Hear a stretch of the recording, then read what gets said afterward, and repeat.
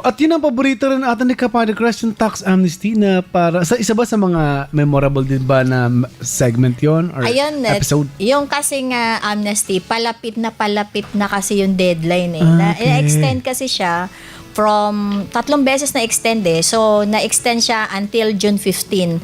So, isa sa naging paborito kong topic is tax amnesty because unang-una halos ako din yung yan yung trabaho ko.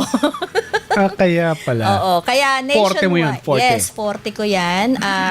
Yung collection ng mga evidences, yung family tree, ayan, yung ating naging guest, si Melvin. Susan Melvin, Oo, no? oo. Parang recently nag-guest sa atin ulit yan. Dalawang beses na siya. Dalawang twice beses na. na Okay, siya. nga pala. Oo.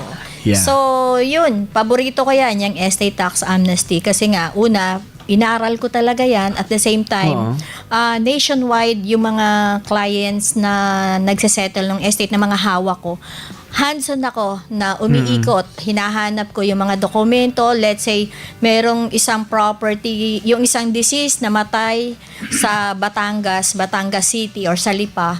Meron pala siyang dokumento. Meron pala siyang property sa Tuba, Benguet Okay. na bangin talaga.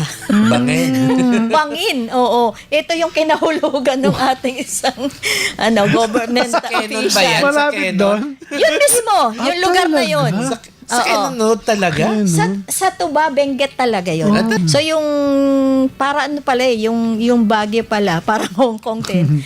Kung alin yung bangin, yun yung mas mahal yung valuation. Ay, ganun? Ngayon ko lang alam yun.